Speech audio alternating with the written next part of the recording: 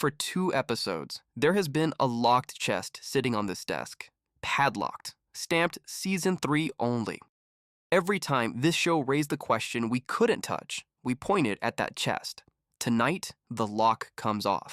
And remember what we did in episode 1 before season 3 even aired? We made 3 predictions about where this story had to go. Not from leaks, not from set photos, from folklore. Some of it 200 years old, some of it 25 centuries. We said the original sin would have to be named. We said it would be paid with a willing sacrifice. And we said the cycle would be broken by someone who remembers a life they shouldn't remember. Season 3 answered all 3, and one of those answers came back darker than anything we wrote. There's a line this season. The boy in white says the answers to the end are in the beginning. That's the show's thesis. Tonight, it's ours too. This is The Myth Beneath. Season 3, Decoded, Part 1. The settlement, the sacrifice, and the one word the dead children won't stop saying. Full spoilers for Season 3 from here. Season 4 stays locked. Then start at the beginning, the literal one. The Lake. Episode 1. Jim and Kenny stumble onto something nobody in town has ever mentioned. Abandoned settlement, rotting cabins older than anything on Main Street. And standing between the ruins, carved wooden figures. Stick figure totems, human-shaped, weathered gray. And nobody can tell them what they're for. It gets stranger. Episode 3. Jade snaps a piece off one of those totems to lever Christy out of a bear trap, and nothing happens. No curse, no consequence. The show just quietly notes it. Then, episode 6. Tabitha realizes she knows these figures. She has been dreaming them since childhood, decades before she ever drove into this town. Down to the 3 red stones arranged in a circle. So let me put the folklore hat on, because when you show me carved human figures standing at the edge of a settlement, my mind goes straight to the idols. The Slavic ones? The documented ones. Here's a date. The year 988, Kyiv. Prince Vladimir converts to Christianity, and the primary chronicle, the founding document of East Slavic history, records what happened next. The great idol of Perun, the thunder god, was torn down, dragged to the river, beaten with rods as it went, and thrown into the Dnieper. So they drowned their gods? Which is why my favorite artifact in this entire field came back out of a river. 1848, the Zbruch River in what's now western Ukraine. A stone pillar surfaces from the water, 4 faces looking in 4 directions, 3 tiers of carvings.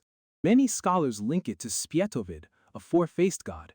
It stands in the museum in Krakow today. A god fished out of a river 1,000 years after they threw the gods into rivers. Now, honesty check, because on this channel the sources outrank the story. There's a serious scholarly argument that the Zbruch idol might be a 19th century fake. That era manufactured ancient relics for romantic nationalism, and this find is genuinely contested. So here's the honest ledger. That the Slavs raised idols and worshipped at open-air sites, well documented, chronicles. Helmold of Bosau describes a sacred grove where no one could set foot but the priest and those bringing sacrifice. That this particular pillar is a genuine pagan monument, debated. Okay, and the show's version, totems standing guard against whatever's out there? This is where I have to disappoint the folklore fans. Carved wooden guardians raised specifically to hold off the undead, that specific tradition is thin. Mostly modern extrapolation, some of it outright neo-pagan invention. The idols are real, the monster repelling job is not something I can source, so we rate it honestly. Real objects, unverified job. Except the show hasn't given the totems a job either. Season 3 never tells us what they do. They just stand there, at the oldest place on the map, with life-size dolls scattered around them, and every instinct in your body says they matter. Which makes them a locked chest question. So, you know exactly what we do. New chest, new padlock. This one's stamped Season 4 only. Whatever those figures are for, it goes in there and it stays there. Deal. Now the reveal. The finale. Fatima, after everything this season does to her, tells Ellis what she saw. The people of the night were people, settlers, and they sacrificed their own children because something promised them they would live forever. And the boy in white had already spelled out the other half in episode 8. The children were murdered in the dark, by the people they trusted most. So hold the full shape of it. The monsters are the parents, the ghost children are the price, and the town is the thing the price bought. A place that endures because children were put into its foundation. And this is where the folklore called it, because the Balkans have an entire genus of ballad about exactly one thing, a structure that will not stand until someone you love is built into it. Walk me through it. The Building of Skadar, Serbian epic, collected by Vuk Karadzic, the founding father of the whole discipline, from a singer known as Old Rashko in the 18-teens, first printed in 1823. Three brothers are building a fortress at Skadar, and every night a vila, a mountain spirit, tears down everything they raise by day. The price she finally demands is a bride, the young wife of the youngest brother. They wall her in alive. They wall in one of their own. And the ballad gives you the single most devastating detail in the whole tradition.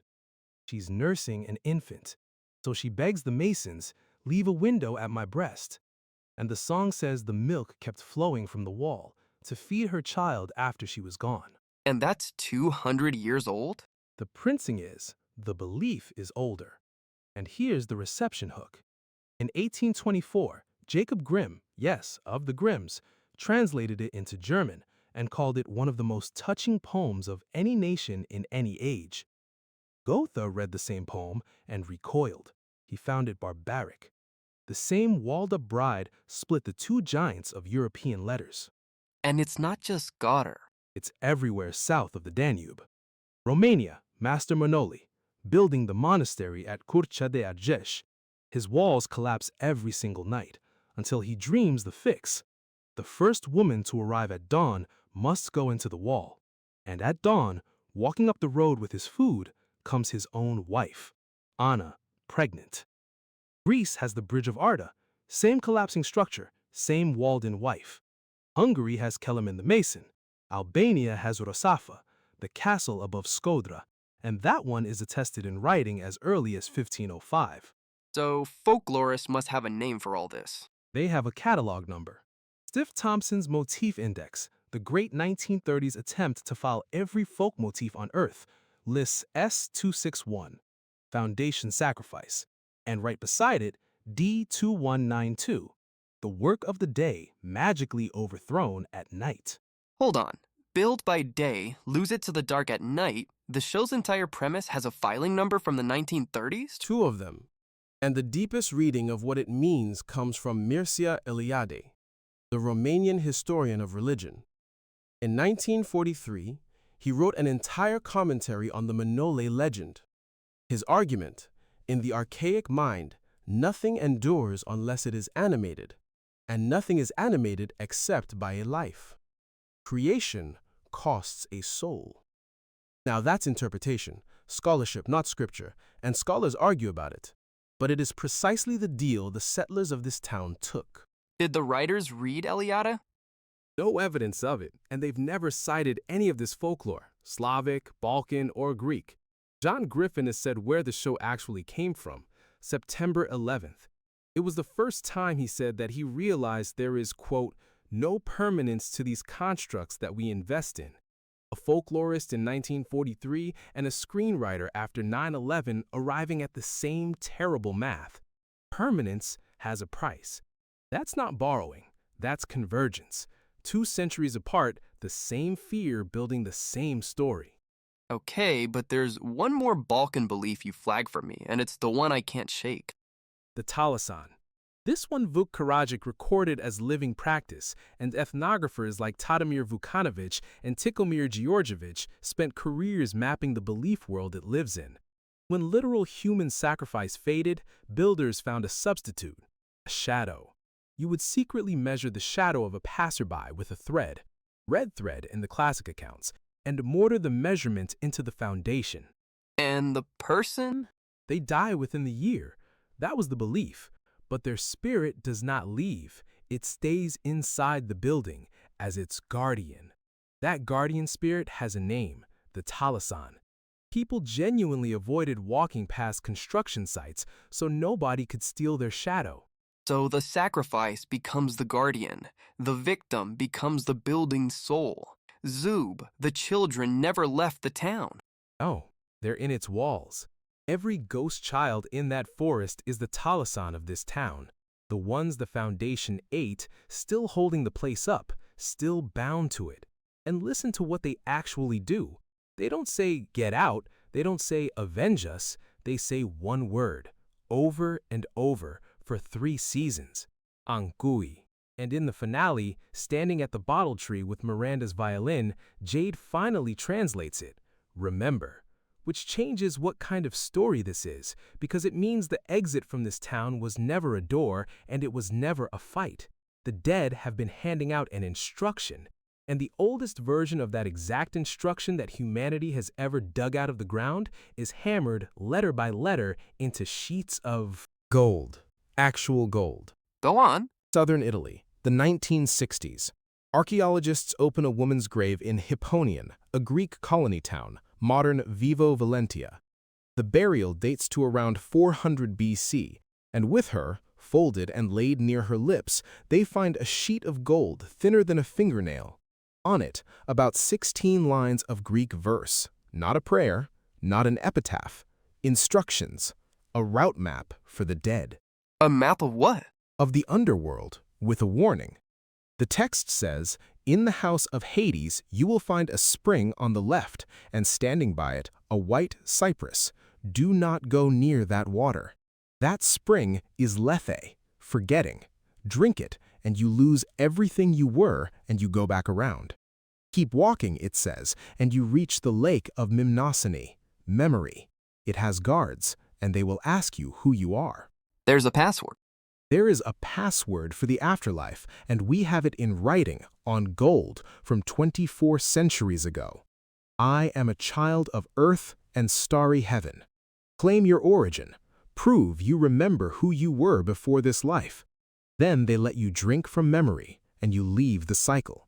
Forget, and you return. Remember, and you're free. Forget and you return, remember and you're free. That is the mechanism of this show.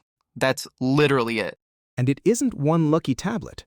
The first one surfaced back in the 1830s in Calabria, the Petelia tablet.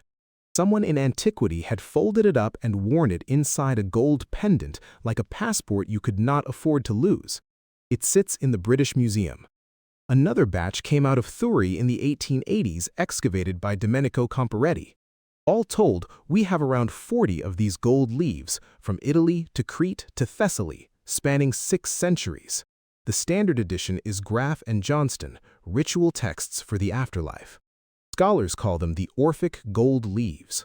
And the people buried with them believed what exactly? Reincarnation? A cycle of rebirth you could only escape through memory. The Orphics and the Pythagoreans called it metempsychosis, the soul migrating from body to body, forgetting itself every time it is born. Plato built philosophy on top of it. In the Meno, Socrates runs a live experiment. He takes an uneducated enslaved boy and, using nothing but questions, walks him into solving a geometry problem. Then he turns to the room and says, he didn't learn that, he remembered it. All learning, Plato argues, is the soul recovering what it knew before birth. There's a word for it, anamnesis, unforgetting. Now, put this show next to it because the fit is genuinely unsettling. Tabitha and Jade aren't just themselves. Season 3 confirms they are Miranda and Christopher, and before that, a couple from the original settlement. They have come back to this town again and again. And every single time, they arrive with the water of Lethe already in them, no memory. So every single time, they fail. That's why only those two can see the children. The children aren't choosing favorites, they're targeting the 2 souls who have something to remember. Every unquiet is the gold tablet's instruction, screamed by the dead. Don't drink the forgetting, get to memory. And when Jade finally does remember, what comes back isn't a strategy, it's that they were parents, that one of those children was theirs, that they used to sing them lullaby. Which is structurally the gold tablet password. The guards at the lake don't ask the dead what they've done, they ask who they are, a child of earth and starry heaven. Origin is the password, And the thing that finally unlocks those two is remembering who they originally were. One honesty note, because we promised. Ankui is an invented word. The writers made it up. It belongs to no real language.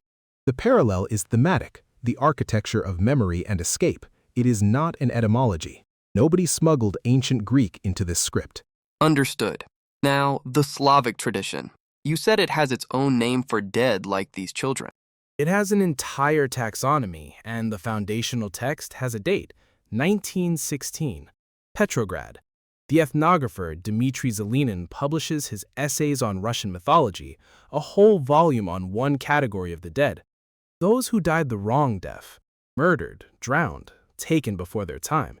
He records the folk term for them, zalożni pokojniki, and the burial practice that went with it, face down, pinned under stones and branches so they could not walk. The unquiet dead. Who cannot move on precisely because their death was a violation. And East Slavic folklore singles out one subgroup as the most heartbreaking of all, the children, the navki, in Ukraine, the mavki, spirits of children who died unbaptized, unmourned, or murdered. And in the Ukrainian accounts, there's a detail straight out of this show's art department. You recognize a mavka from behind. Her back is open, no skin. The wound of the deaf still shows. Children who died wrong cannot leave and keep appearing to the living. That is, beat for beat, the unkui children.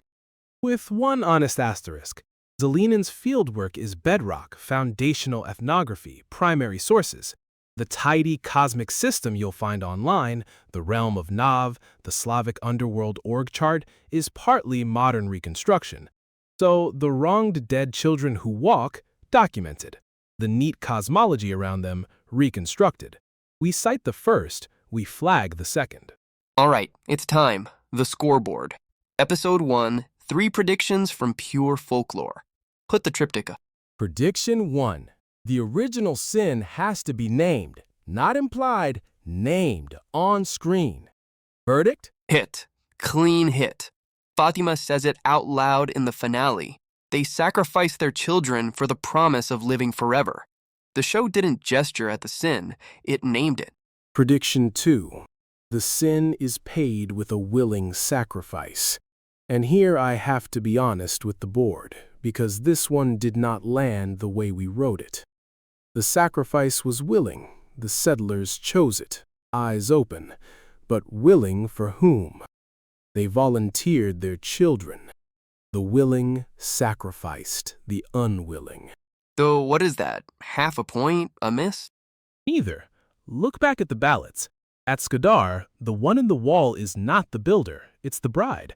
At Argish, it's Anna, pregnant, carrying her husband's lunch up the road. At Rozafa, the youngest brother's wife. Foundation sacrifice was never self-sacrifice. In the entire tradition, the price is paid by an innocent who never agreed, chosen by the very people who benefit. We predicted the clean version. The show went to the version the folklore actually preserves. Reality didn't miss our prediction. It outdarkened our. We hit the mechanism. The show hit the tradition. We didn't hit the letter, we hit the bone. Prediction 3, the cycle is broken by someone who remembers a life they shouldn't remember. Cleanest hit of the 3. Unkui means remember. Tabitha and Jade are the returning dead of this story, and their memory is the only key the show has ever put on screen. 24 centuries after someone buried a woman in Hipponion with a golden map out of the cycle, a television show rebuilt the same map and hid it inside a horror town. 2 clean hits. One prediction where the truth came back darker than we dared to write it, called from 200-year-old ballads and gold leaves older than Plato. The folklore called it. And it is not done calling, because season 3 didn't just answer, it opened new machinery, and every piece of it has folklore fingerprints all over it. A dripping wet ghost in a kimono, who lies to the living the way this town has always lied. A monster that dies and comes back through a human body. A girl who can walk backward through the story. And a man in yellow who says that knowledge comes with a cost, and then collect. That's part 2. The chest on the desk says Season 4 only now, and it stays shut. but everything Season 3 put on the table is open. If one of those 3 predictions surprised you, or if you think our scoring was too generous, tell us in the comments. We read everything. This has been The Myth Beneath. The answers to the end are in the beginning. Part 2 is next.